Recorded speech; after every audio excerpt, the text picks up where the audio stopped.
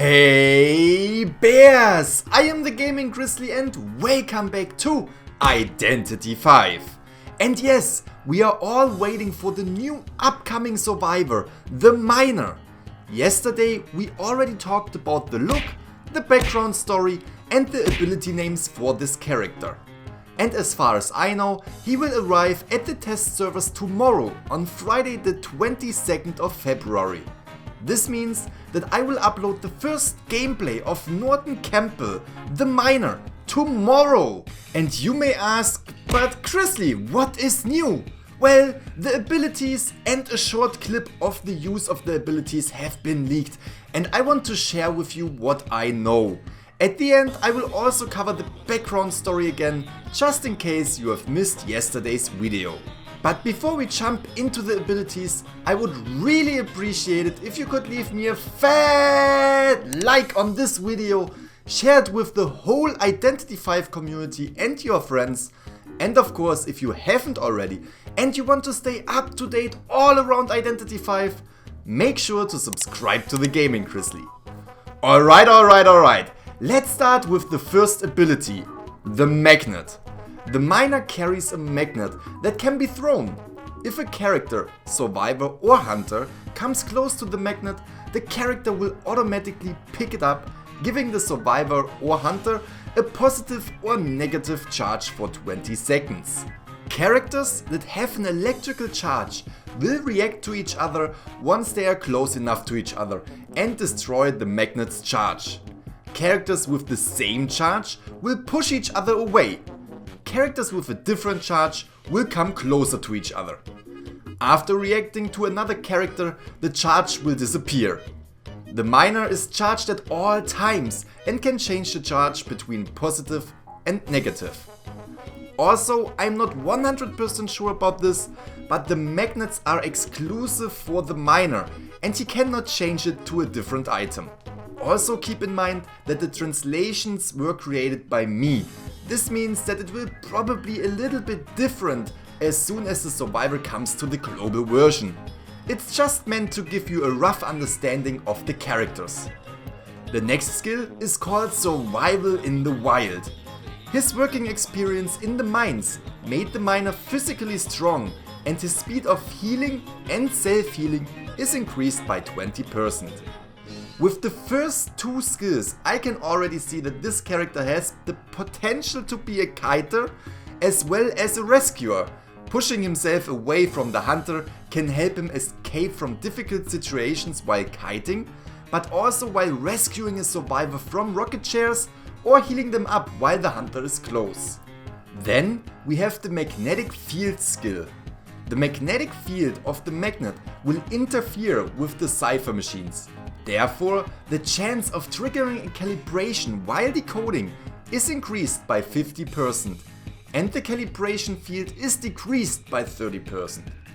Well, this could be a buff or a debuff, depending on how you look at the situation.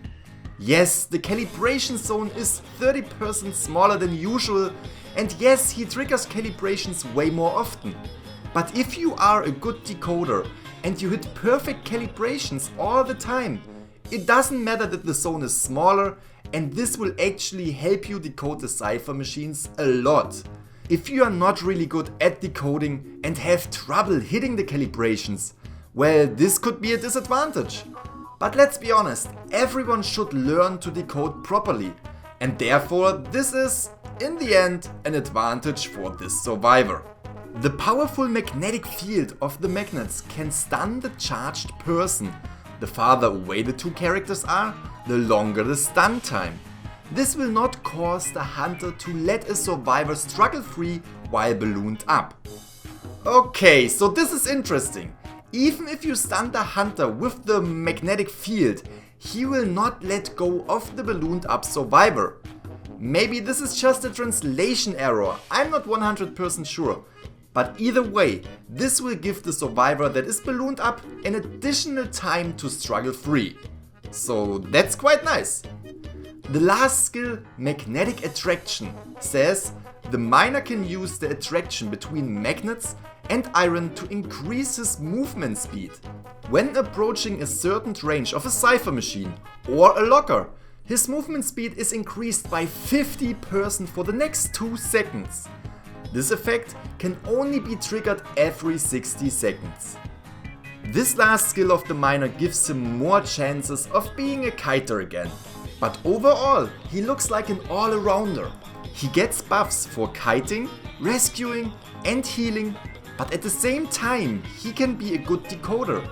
It seems like this character really tries to be everything at the same time. But what do you think about this character and his skills? In the short clips of the abilities, we already saw what he can do with his magnets. And I also find it interesting that he stuns the hunter even if there is an object between the hunter and the miner while getting pulled to the hunter. Leave me a comment in the comment section what you think about his skill set. Is it a good idea to give this character skills that help him out with everything? Or would it be a better idea to actually give him buffs that make him a really strong kiter, rescuer or decoder only? Obviously, we still have to wait for this character to come to the game to see his full potential. And even if he comes to the test servers tomorrow, things can still change when he actually comes to the global version of the game.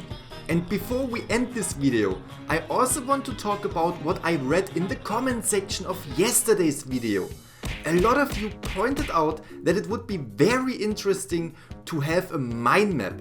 And I agree, it actually could be really fun to have a mind map. It would be extremely dark and awesome to kite around a hunter in the mines. What do you guys think? Leave me a comment in the comment section below what you think about the idea of a mind map. Alright. Those were the miner skills. And as I said in the beginning, I also want to give you the background story of this character again, just in case you missed yesterday's video. If you enjoyed this video so far, I would really appreciate a fat like. It really means the world to me. Also make sure to subscribe to the Gaming-Grizzly for all future updates in Identity V and share this video with your friends. And do you remember the compass in the first official artwork of the miner?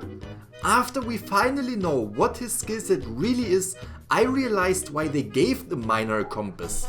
If you look closely, you can see that the magnet's magnetic pole is set to north and the compass magnetic pole is set to south, which causes the survivor to get pulled to the hunter. Probably you can tap the compass to change the magnetic pole of it, so you can get pushed away from the hunter. But on the other side, if we look at this clip, we can still see that the magnet's magnetic pole is set to north and the compass magnetic pole is set to south. Well, I hope this is just a display bug, else it would be pretty confusing to me. Okay, let's finish this video up with the background story. His name is Norton Campbell, a profession, miner, geologist. Campbell miraculously survived a terrible mine disaster, but other colleagues did not share the luck of Campbell. The disaster did not kill him, but it made him more gloomy and ignorant. He relied on meteoroid magnets acquired in the mine disaster to become a geological explorer. As a reason for that, besides getting more rewards, he had a desire to escape from the invisible darkness lurking deep inside the underground passage of the mine. Well, I really hope this video gave you a good understanding of the upcoming survivor, the miner, and if you liked it, don't forget to like, share, subscribe and check out my other videos. I hope you all have a great day and see you all in the next video. Bye bye!